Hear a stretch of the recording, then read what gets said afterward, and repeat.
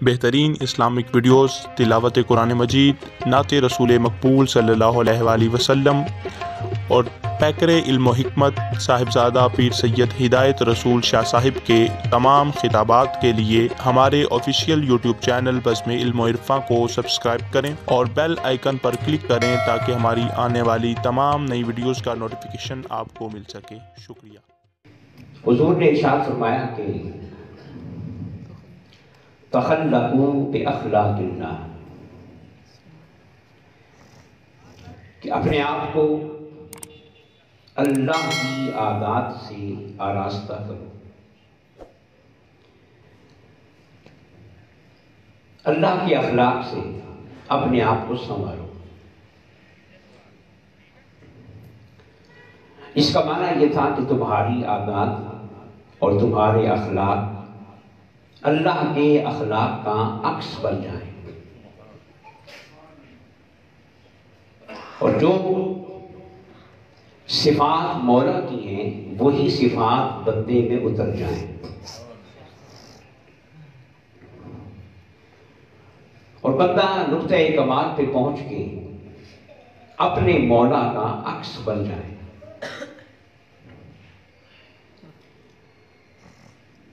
اس طرح مولا اپنی ذات میں باطن ہوگا، چھپا ہوا ہوگا، اور اپنے بندوں کے روپ میں مولا ظاہر ہوگا، اس لیے کہ بندے کی صفات وہی ہے کہ جو بولیے مولا کی صفات ہے۔ کس کی؟ تو حضور نے فرمایا کہ تخلقوا باخلاق اللہ، اپنے آپ کو اللہ کی عادات سے سنوارو اور آراستہ کرو۔ پچھلے جمعے میں نے عرض کیا تھا کہ اللہ پاک کی صفات میں سے جہاں ایک صفت یہ ہے کہ وہ پالنے والا ہے، اور دوسری صفت یہ ہے کہ وہ رحم کرنے والا ہے، اور تیسری صفت یہ ہے کہ وہ بخشنے والا ہے اور معاف کرنے والا ہے۔ تو یہ تین صفات ہیں اللہ پاک کی صفات میں سے غالب۔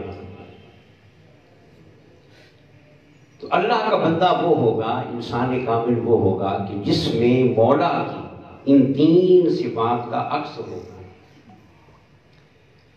کہ بندہ بھی پالنے والا بن جائے اور بندہ بھی رحم کرنے والا بن جائے اور بندہ بھی معاف کرنے والا بن جائے۔ اور چوتھی ایک صفت میں نے عرض کی تھی کہ مولا اپنے بندے سے محبت کرنے والا ہے۔ کیا ہے؟ ہاں اونچا بولے۔ یہ مولا کی صفت ہے کہ مولا اپنے بندے سے، اور صرف خاص بندے سے نہیں، ہر بندے سے۔ یہ ہے کہ جو بندہ خاص ہوتا چلا جائے گا اس کی محبت کا مقام نہیں، مگر جو بھی انسان ہے اور خدا کا بندہ ہے تو مولا اس سے کیا کرتا ہے؟ اس کے حوالے سے میں نے آیات بھی پڑھی تھی، اور پھر میں نے دو الفاظ کی تشریح کرتے ہوئے محبت کا انداز بتایا تھا کہ عربی زبان میں پیار کے لیے دو لفظ ہیں۔ کتنے؟ پہلا لفظ ہے حب اور دوسرا ہے ود۔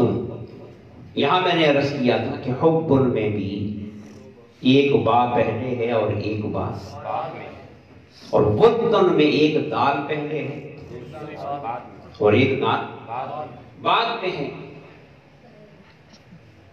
اب حبن کا معنی بھی پیار ہے اور بدن کا معنی بھی، تو مولا نے الفاظ کی بناوٹ سے محبت کرنے کا طریقہ سکھایا ہے۔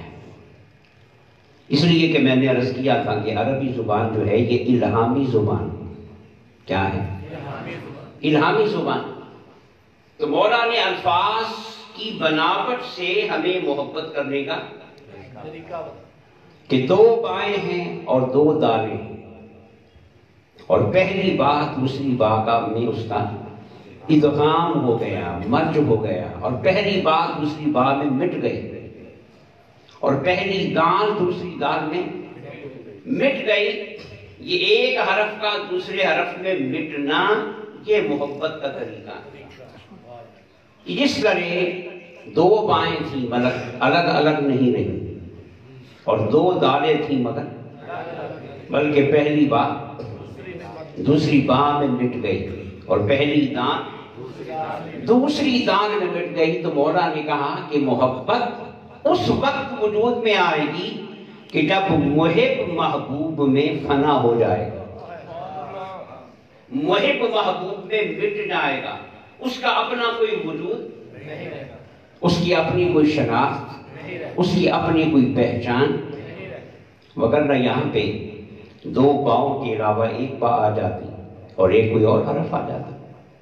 مگر مولا نے محبت کرنے کا طریقہ بھی سکھانا تھا کہ محبت کیسے ہوتی ہے، تو بتا دیا کہ جس طرح ایک حرف دوسرے حرف میں گم ہو گیا، فنا ہو گیا، مٹ گیا، تو محبت کا قرینہ بھی یہی ہے کہ پھر محب محبوب میں گم ہو جائے اور فنا ہو جائے، اس کی اپنی کوئی حیثیت باقی نہ رہے۔ اور یہاں پہ پھر میں نے عرض کیا تھا کہ جب ایک جیسے دو حرف آ جائے، دو بائیں آ گئی یا دو، اب ایک جیسے یا ایک جنس کے دو حرف آ گئے، اب پہلے کو دوسرے میں کیا کرنا ہے؟ مدغم کرنا ہے، پہلے کو دوسرے میں فنا کرنا ہے۔ اس کے لیے عربی زبان میں قاعدہ ہے کہ جب آپ نے ادغام کرنا ہو تو پہلے حرف کو ساکن کرنا ضروری ہے۔ کیا؟ اس کی جو حرکت ہے اس پہ زبر ہے یا زیر ہے یا پیش ہے، اس کو توڑا دیا جائے، ختم کر دیا جائے، اس کی حرکت ختم ہوگی تو وہ دوسرے میں مدغم ہوگا۔ جب تک اس کی حرکت قائم ہے وہ دوسرے میں مدغم نہیں ہوگا۔ تو لفظ بتا رہا ہے کہ دوسرے میں مدغم ہونے کا ادب یہ ہے کہ اپنی حرکت کو ختم کر دیا جائے اور کیا ہو جائے؟ ساکن حرکت کے بغیر ہو جائے، پھر وہ اس قابل ہوگا کہ دوسرے میں مدغم ہو جائے، مٹ جائے، مرج ہو جائے اور محبت کمال تک پہنچ جائے۔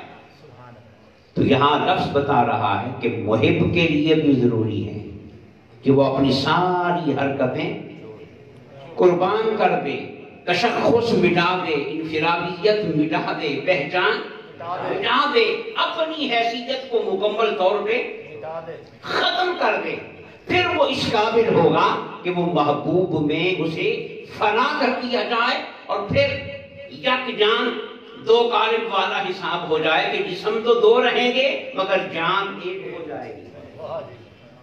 مگر شرط کیا ہے کہ پہلے حرف کی حرکت کو، یہ محبت کا طریقہ ہے کہ محبت میں کامل وہ ہوگا کہ جس کی اپنی کوئی مرضی،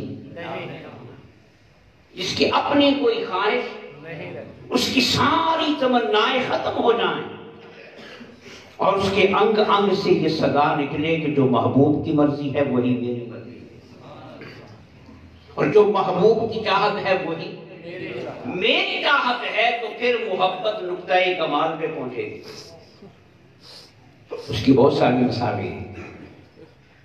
حضرت ابراہیم کو جب نار نمرود میں ڈالا جانے لگا، آگ بھڑک رہی ہے، اللہ کے نبی کو اس میں پھینکنا ہے۔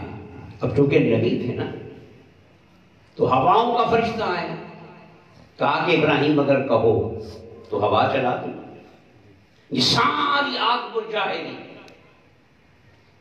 بارش کا فرشتہ آیا، ابراہیم کہو تو بارش برسا دو، یہ ساری آگ بجھ جائے گی۔ اب ابراہیم نے کیا کہا؟ ابراہیم نے کہا پیچھے ہٹ جا، آج تو میں ساکن ہو چکا ہوں۔ یہ ساکن ہونے کا معنی ہے، آج میں اب میری کوئی حرکت نہیں، کوئی رضا، کوئی پسند اور کوئی تمنا نہیں ہے، محبت کا کمال ہی یہ ہے کہ جو مولا کی رضا ہے وہی ابراہیم کی رضا ہے۔ تو یہ ہے ساکن ہونا، محبوب کی مرضی کے سامنے اپنی مرضی۔ اس طرح جب بندہ ساکن ہوتا ہے تو محبوب کی محبت میں خدا کا روح جہاں طائف میں پتھر مارے گئے، لہو لوہان ہو گئے، حضور کا جوتا مبارک خون سے بھر گیا، سارا جسم زخمی ہے۔ تو فرشتہ نہیں آیا اور کہا کہ یا رسول اللہ اگر آپ کا حکم ہو ان پہاڑوں کو اٹھا کے اس بستی پہ نہ مارو، ساری بستی مٹ جائے۔ تو پھر جواب میں آقا نے کیا فرمایا؟ فرمایا کہ نہیں، آج تو میں بولے نا کوئی میری مرضی نہیں، مولا مجھے پتھر لگوانا چاہتا ہے تو لگوائے، زخمی کروانا چاہتا ہے تو کروائے، جو مولا کی رضا ہے وہی محمد کی رضا ہے۔ یہ ہے محبت کا نقطہ کمال، اپنی پسند کو، اپنی رضا کو، اپنی مرضی کو، اپنی خواہش کو اللہ کی محبت پہ۔ اب کربلا میں حسین کو لے، یہ تو وہ خاندان ہے کہ جن کے صدقے پہ کائنات پلتی ہے، جن کے صدقے سے کائنات پلتی ہے، اور جن کی خیرات پہ قیامت تک امت مصطفیٰ پلتی ہے، اور جنت کے فرش پہ جن کے لیے پکوان لانے کے لیے کھڑے ہوتے ہیں، لباس لانے کے لیے کھڑے ہوتے ہیں، خدمتیں کرنے کے لیے کھڑے ہوتے ہیں، تو کیا کائنات منتظر نہیں تھی کہ حسین کا اشارہ، حسین کا اشارہ ہم ہر شے کو پیش کر دیں گے؟ مگر حسین نے کیا کہا؟ نہیں، آج میرا اشارہ نہیں ہے، آج تو میں ساکن ہو چکا ہوں، میری ساری مرضیاں، حرکتیں، تشخصات، پسند قربان ہو چکے ہیں، آج جو مولا کی مرضی ہے وہی کربلا میں حسین کی مرضی ہے۔ یہ کیا ہے؟ محبت کا نقطہ ہے، بولیں گے محبت کا۔ تو پھر جب بندہ ساکن ہو جاتا ہے تو پھر محبوب میں مدغم ہو جاتا ہے۔ کیا ابراہیم ساکن ہو گئے تو خدا میں مدغم ہو گئے، مصطفیٰ ساکن ہو گئے خدا میں مدغم ہو گئے، حسین ساکن ہو گئے تو خدا کی صفات میں بولیے مدغم ہو گئے۔ اب مولا نے کہا کہ حسین تو رہا ہی نہیں، تو رہا ہی نہیں، تو میری ذات میں آ گیا اور میری صفات میں مدغم ہو گیا ہے۔ اب صفات تیری نہیں چلے گی، اب صفات میری چلے گی۔ تو اگر خود رہتا تو تو فانی تھا، فنا ہو جاتا، اور جب تو میرا حصہ بن گیا، میری صفات میں مدغم ہو گیا اور میری محبت میں قربان ہو گیا، اب تیری صفات ختم ہو گئی اور میری صفات کا رنگ تجھ پہ چڑھ گیا، اور میں فنا ہونے والا نہیں ہوں، میں تو باقی رہنے والا ہوں۔ کیا ہوں؟ تو پھر حسین اب تو مٹے گا نہیں، اب تو مٹے گا نہیں قیامت تک۔ اگر اللہ اکبر کا نعرہ جلے گا نا تو سلام یا حسین کا نعرہ بھی جلے گا، اس لیے کہ تو میرے اندر مدغم ہو گیا۔ ابراہیم سے کہا کہ اگر قیامت تک مجھے سجدے ہوں گے تو تیری قربانی بھی چلے گی، حضور کا نام بھی چلے گا۔ جو خدا کی محبت میں مدغم ہوتا چلا جائے گا، مولا اس کے نام کو زندہ کرتا چلا جائے گا۔ زمین میری نہیں ہوتی، زمن میرا محمد کے غلاموں کا۔ حضرات محترم، یہ میں نے عرض کیا کہ اللہ نے انسان سے کیا کی؟ محبت بولے، وہ پالنے والا بھی ہے، وہ اور بولیے رحم کرنے والا اور معاف کرنے والا، یہ تین صفات اس کے غالب ہیں۔ اور چوتھی صفت جس کا میں نے ذکر کیا وہ کیا ہے کہ وہ ہر بندے سے محبت کرنے والا ہے، پیار کرنے والا ہے۔ اب یہاں پہ وہ بات سمجھ میں آتی ہے، میں نے ایک محبوب کی تعریف آپ کو بتائی تھی، کس کی؟ محبوب کی. ربیع الاول شریف میں نا لاہور کے جو دانشور تھے اشفاق احمد صاحب، ان کے حوالے سے کہ ان کے بیٹے نے ان سے پوچھا کہ محبوب کسے کہتے ہیں، محبوب کی تعریف کیا ہے؟ تو وہ کہتے ہیں کہ مجھے کچھ سجا ہی نہیں دیا کہ میں کیا تعریف کروں، میرا علم بے بس ہو گیا. تو میں نے کہا کہ بیٹا ابھی گاڑی نکالو، ایک درویش فلاں مقام پہ بابا رہتا ہے، اس سے جا کے پوچھ. تو کہتے ہیں ہم رات کے 1 بجے بابے کے دروازے پہ پہنچے، اور پہنچتے ہی میں نے کہا کہ بابا جی بیٹے نے سوال کیا ہے کہ محبوب کسے کہتے ہیں؟ بولو محبوب. کسے کہتے ہیں؟ آج چپ ہو کے بیٹھے ہیں. محبوب کسے کہتے ہیں؟ آج دھوپ نکلی ہے نا، گرمائش ہے، موسم اچھا ہے تو بولیے محبوب کسے کہتے ہیں؟ تو مجھے جواب نہیں آیا. اب آپ بتائیں کہ محبوب کسے کہتے ہیں. تو بابے نے فوراً جواب دیا. بابے نے کہا کہ محبوب وہ ہوتا ہے کہ جس کا عیب نظر نہ آئے. سبحان اللہ. یاد محبوب اسے کہتے ہیں. اسے کہتے ہیں کہ جس کا عیب نظر نہ آئے. ہو بھی نظر نہ آئے. تو نظر نہ آئے. اس لیے کہ تعلق پیار والا جو ہو گیا، تعلق پیار والا. جہاں محبت ہوتی ہے، پیار ہوتا ہے، عقیدت ہوتی ہے، وہاں عیب نظر نہیں آتا. ہو بھی تو محسوس نہیں ہوتا. یہ بات طے ہو گئی کہ محبوب وہ ہوتا ہے کہ جس کا عیب نظر نہ آئے. اب مولا نے ہر انسان کو کیا بنا دیا؟ محبوب.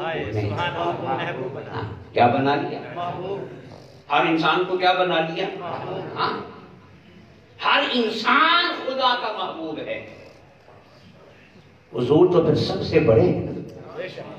وہ تو رتبہ کمال میں ہیں. جو نیکوکار ہیں، متقی ہیں، اولیاء ہیں، ان کا درجہ بے شک اعلیٰ ہے، مگر ہر شخص اللہ کا محبوب ہے. اور محبوب کسے کہتے ہیں؟ کہ جس کا عیب نظر نہ آئے. اب بولیے اللہ جو بندوں سے محبت کر رہا ہے، اس محبت پہ یہ تعریف ثابت آ رہی ہے. حق ہے. صحیح بات. بولیں آ رہی. بندہ گناہوں میں لتھڑا ہوا ہے، سرکشیاں کر رہا ہے، بغاوتیں کر رہا ہے، نافرمانیاں کر رہا ہے، خدا کی نہیں مان رہا، مگر مولا کا معاملہ کیا ہے؟ مولا اسے پکڑ رہا ہے، نہیں. اسے فوراً سزا دے رہا ہے. نہیں. مولا یوں بتا رہا ہے کہ بندے تو ہوا میرا محبوب، بے شک تو گناہ کر رہا ہے، مگر یوں سمجھ کہ مجھے نظر آئے، میں نظر انداز کر رہا ہوں. نظر انداز میں یہی ہوتا ہے نا کہ نظر آ بھی رہا ہو تو جو محسوس کرانا کہ میں نے دیکھا ہی نہیں، میں نے دیکھا ہی نہیں. حضور کی بارگاہ میں ایک صحابی آئے نا، ان سے زنا ہو گیا. کیا ہو گیا؟ اب جو زنا کی سزا ہے تو یہ شریعت میں بتائیں گے، بولیے حضور نے بتائی، شریعت ساز حضور ہے. اب وہ صحابی گناہ کر کے حضور کے سامنے آئے، عرض کیا کہ مجھ سے زنا ہو گیا ہے، مجھے سزا دے. غلطی ہو گئی، اب خدا کا خوف نہیں ہے، خدا کا تو کیا کہا کہ مجھے سزا دے. تو حضور نے چہرہ ایسا ہائے ہائے. گویا کہ میں نے سنا، سنائی. گویا کہ میں نے سنائی. ہاں. اس کا معنی یہ ہے کہ حضور پکڑنا چاہتے نہیں تھے، نہیں. کوشش کی کہ اس کی جان چھوٹ جائے. چھوٹ جائے. چہرہ ادھر پھیر دیا کہ گویا کہ میں نے سنا ہی نہیں. یہ بندے کا حال ہے تو مولا کا حال کیا ہے؟ ہائے ہائے. یہ بندے کا حال. کہ بندے کا حال ہے تو پھر مولا کا حال کیا ہوگا؟ اس نے دوبارہ پھر کہا حضور مجھ سے یہ گناہ ہو گیا، مجھے سزا دیں. حضور نے چہرہ پھر دیا ہائے. کہ گویا کہ میں نے سنا ہی نہیں. تیسری بار جب اس نے پھر کہا نا، اب پھر مجبوری ہو گئی. جب 3 بار اس نے کہا، 2 دفعہ وہ باز نہیں آیا، تو پھر حضور نے فرمایا کہ اسے بھیجاؤ، اس کو سزا. یہی حال مولا کا ہے، کیونکہ مولا نے انسان کو کیا بنا لیا؟ محبوب. بولو محبوب. اونچا بولے. محبوب. تو پھر 100 سال بھی بندہ گناہ کرتا رہے تو مولا یہی احساس دلاتا ہے اور میں نے نہیں پتا، ہائے ہائے. اور انتظار میں رہتا ہے کہ یہ کسی بھی لمحے واپس آ جائے. اور انتظار اجنبیوں کا نہیں ہوتا، انتظار اجنبیوں کا نہیں ہوتا، غیروں کا نہیں ہوتا، پراؤں کا نہیں ہوتا، انتظار تو محبوبوں کا ہوتا ہے، پیاروں کا ہوتا ہے۔ تو مولا کو اتنا پیار ہے، اتنا پیار ہے، اتنا پیار ہے کہ 100 سال کے گناہوں کے بعد بھی مولا چہرہ پھیرتا ہے، بندہ پلٹ آئے تو مولا استقبال کرتا ہے، اور پھر مولا کیا کہتا ہے کہ بس ایک آنسو بہانا، ایک آنسو بہانا، کتنا ہوتا ہے آنسو، ایک آنسو بہانا تیرا کام ہے، اور بخششوں کے دریا بہانا میرا کام ہے۔ سارے گناہ بخشتا ہے کہ نہیں؟ اب مجھے بتائیں یہ مولا والا معاملہ ہے یا محب والا معاملہ ہے؟ بولیں۔ جو آقا ہوتے ہیں نا، صرف مولا ہوتے ہیں، وہ تو اتنا معاف نہیں کرتے، تو مولا اتنا کیوں معاف کر رہا ہے؟ بولیں کہ اس نے انسان کو کیا بنایا؟ بولیے کیا بنایا؟ تو محبوب پڑھ نہیں بول رہے دنیا، اتنا بڑا مولا احساس دے رہا ہے نا، اتنے گناہوں کے باوجود ہمیں اپنے گھر میں بٹھا لیتا ہے، کیوں بھائی؟ اپنے ذکر کی توفیق بھی دیتا ہے، اپنی بارگاہ میں سر جھکانے کا موقع بھی دیتا ہے، تو محبوب نہیں تو کیا ہے؟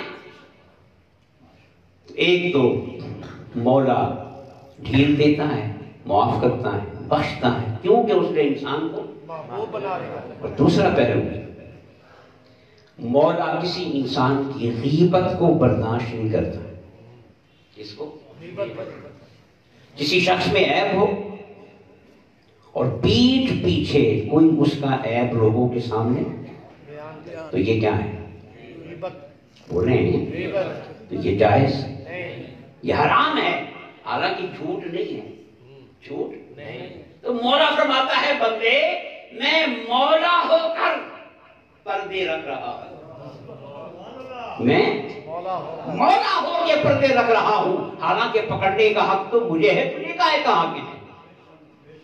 مالک یوم الدین تو میں ہوں، پیدا کرنے والا میں ہوں، رزق دینے والا میں ہوں، تو پکڑنے کا حق تو مجھے ہے، بندہ میرا ہے، میں اس کا مولا ہوں۔ تو جب میں پردے ڈال رہا ہوں تو تجھے اتنی جرت کیوں ہو رہی ہے کہ تو میرے بندوں کے عیب بیان کر رہا ہے؟ اس لیے حضور نے فرمایا کہ جس نے غیبت کی اس کی ساری نیکیاں ضائع ہو گئی۔ تو مولا کو غیبت کرنا گوارا، اس لیے کہ ہم غیبت انسان کی نہیں کر رہے، مولا کی، بولیں تو پھر آپ کا کوئی محبوب ہو جائے، آپ کا کوئی محبوب ہو جائے اور کوئی اس کی غیبت کرے، اس کا عیب بیان کرے، تو آپ سے برداشت ہوگا؟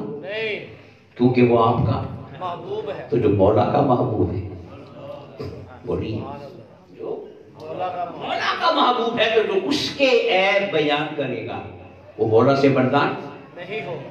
اس لیے آقا نے فرمایا کہ حسنوا موتاکم، جب کوئی شخص مر جایا کرے اور دنیا سے چلا جائے تو اس کی خوبیاں بیان کیا کرو، اس کی خوبیاں بیان، اس کے عیب نہیں، عیب تو ہر شخص میں ہوتے ہیں، تو عیب نہیں بیان کرنے، کیا بیان کرنا ہے؟ خوبیاں بیان کرنی ہیں، دونوں کا فائدہ ہو جائے گا، دونوں کا فائدہ، مرنے والے کا بھی دعا کرنا، زندے کا بھی۔ مرنے والے کی خوبیوں کا ذکر کرو گے نا تو مولا فرشتوں سے کہے گا محبوب تو وہ اس کا پہلے ہی ہے، محبوب تو اس کا پہلے ہی ہے، تو مولا کہے گا فرشتوں یہ بھی خوبی بیان کر رہا ہے، یہ بھی خوبی بیان کر رہا ہے، یہ بھی خوبی بیان کر رہا ہے، اس کا معنی یہ ہے کہ میرا بندہ ہے ہی نہیں، میرا بندہ ہے ہی نہیں، کیونکہ ہر زبان پہ اس کی خوبیوں کا ذکر ہو رہا ہے، اس کی نیکیوں کا، اچھائیوں کا ذکر ہو رہا ہے، جب سارے بندے اسے نیک کہہ رہے ہیں تو میں بدوں میں کیوں شمار کروں؟ کہ میں جملہ کہہ دوں گا یہ لاگت بازیوں کے باوجود تعریف کر رہے ہیں، صحیح بات، انسان ہے کیا لاگت بازیوں کے باوجود یہ کیا کر رہے ہیں؟ پھر میں مولا ہو کے اس کی تعریف نہ کروں؟ میں تو اس کا مولا بھی ہوں، خالق بھی ہوں، محب بھی ہوں، ملجا اور ماوا بھی ہوں، میں اس پہ کرم نہیں کروں گا تو کون کرم کرے گا؟ اس لیے مولا نے غیبت کو بھی روک دیا اور بخششوں کے دروازے، کیونکہ انسان مولا کا، یاد رکھیں انسان مولا کا، اس لیے تو بندے کا احترام کر دیتا ہے اور بندے کا خیال رکھتا ہے، بندے پہ رحم کرتا ہے، مولا اس سے بڑا خوش ہوتا ہے، بڑا خوش ہوتا ہے۔ اور ایک بات یہاں پہ جہاں سے میں نے بات شروع کی، کیا فرمایا کہ تخلقوا، 3 لفظ ہیں، ترجمے تو ہو گئے مجھے پڑھتے ہوئے، تخلقوا باخلاق اللہ، کہ حضور کی زبان سے نکلے ہوئے لفظ ہیں، تو یاد کر لیں، تخلقوا، اپنے آپ کو اللہ کی عادات سے آراستہ کرو، اللہ کو، اپنے آپ کو اللہ کی۔ اب یہاں پہ ایک بات سمجھ رہے ہیں، جسم بندے کا ہے، جسم مگر صفات، وہ لوگوں کو پال رہا ہے، کھلا رہا ہے، پلا رہا ہے، تو یہ صفت کس کی ہے؟ وہ معاف کر رہا ہے تو یہ صفت، وہ رحم کر رہا ہے تو یہ صفت، وہ محبت کر رہا ہے تو یہ صفت۔ اب جسم بندے کا ہے مگر صفات، صفات اونچا بولے، صفات، میں ایک بات سمجھانے لگا ہوں، جسم بندے کا ہے مگر صفات۔ اب مجھے بتائیں کہ اللہ کی صفات مر سکتی ہیں؟ بولے، فنا ہو سکتی ہیں، مٹ سکتی ہیں؟ بس یہیں سے سمجھ میں آ گیا کہ جس نے اپنے آپ کو اللہ کی صفات سے سجا لیا، اللہ کے اخلاق سے آراستہ کر لیا، خدا کی قسم وہ کبھی مر نہیں سکتا، فنا نہیں ہو سکتا، مٹ نہیں سکتا، اس لیے کہ وہ خود تو تھا ہی نہیں۔ صفات تو اللہ کی تھی، اخلاق تو اللہ کے تھے، عادات تو اللہ کی تھی، وہ اللہ کا بندہ بن کے اس کا عکس بن کے رحم بھی کر رہا تھا، کھلا بھی رہا تھا، بخش بھی رہا تھا، محبت بھی کر رہا تھا۔ تو پھر سنو، جو موت آئے گی وہ صرف جسم کو آئے گی، صفات کو موت نہیں آئے گی، اس لیے کہ صفات تو اس کی ہے ہی نہیں، صفات تو مولا کی ہیں، اور مولا کی صفات تو ہمیشہ سے ہیں، ہمیشہ رہے گی۔ بس بندے کا کمال یہ ہے کہ اپنی صفات کو مٹاتا چلا جائے، مولا کی صفات کو اپنے وجود میں نقش کرتا چلا جائے۔ خدا کی قسم جسم بے حس بھی ہو گیا، اس کی صفات ختم نہیں ہوگی، قبر میں بھی بیٹھا ہوگا، مولا اپنی صفات کا فیض اس کے واسطے سے مخلوق تک پہنچاتا چلا جائے۔ نعرہ تکبیر، نعرہ رسالت، نعرہ حیدری، یہ جو ہم اولیاء کے مزاروں پہ جا کے کہتے ہیں نا کہ آپ ہمیں دلوا دیں،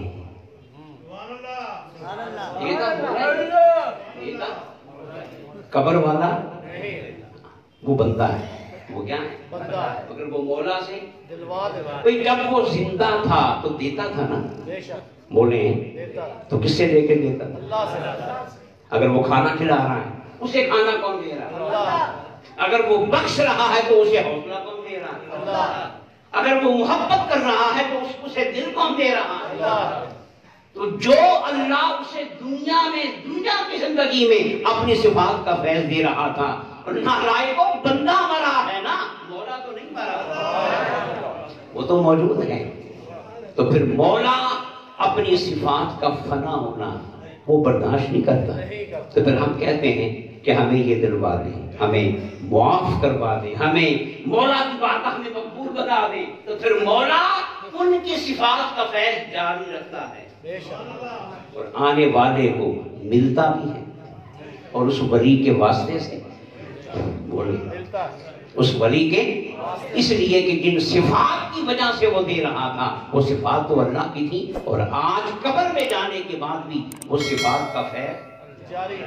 بولیے، علی حجویری اگر زندگی میں داتا تھا تو آج بھی کیوں؟ کہ یہ صفت کس کی ہے؟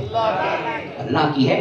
جسم سانس ختم ہو گئی اور جسم کا محل مقام بدل گیا، قبر میں چلا گیا، مگر صفت تو اللہ کی تھی نا، صفت تو اللہ کی۔ اور اگر صفت بھی مر جائے تو پھر میں پوچھوں گا پھر خدا کی صفات سے متصف ہونے کا فائدہ کیا ہوگا؟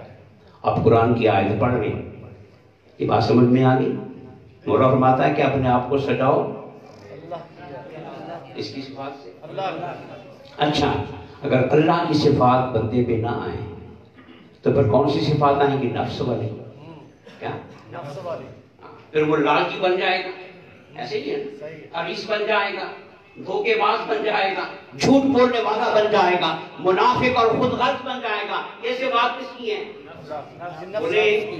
اور آقا نے فرمایا کہ نفس کی صفات کو مٹاؤ اور اللہ کے صفات کو بناؤ۔ اچھا، اب موت کس کو آتی ہے؟ کل نفس، کل انسانی، کل نفس ذائقۃ الموت، موت آنی ہے مگر نفس کس پہ آنی ہے؟ نفس پہ آنی ہے۔ گویا نفس مرے گا، مر سکتا ہے، اور نفسانی صفات مر سکتی ہیں مگر مولائی صفات نہیں مرتی، وہ قائم رہتی ہیں۔ بس جب ولی پہ موت آئے گی نفس مرے گا، نفس مرے گا، کیونکہ جب ولی قبر میں چلا گیا نا، اب جسم تو وہاں پہ ہے، نفس وہاں پہ نہیں ہے، یہ یاد رکھیں۔ موت کے بعد بندہ نفس سے آزاد ہو جاتا ہے،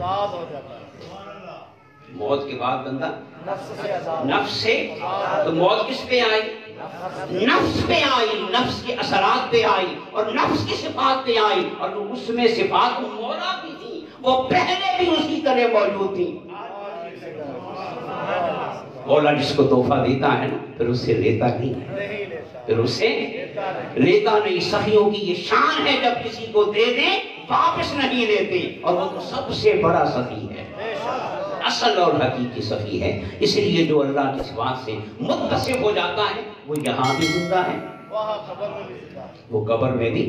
اللہ پاک ہمیں حضور کی اس حدیث پر اور اس فرمان پہ عمل کرنے کی توفیق عطا فرمائے۔ وہ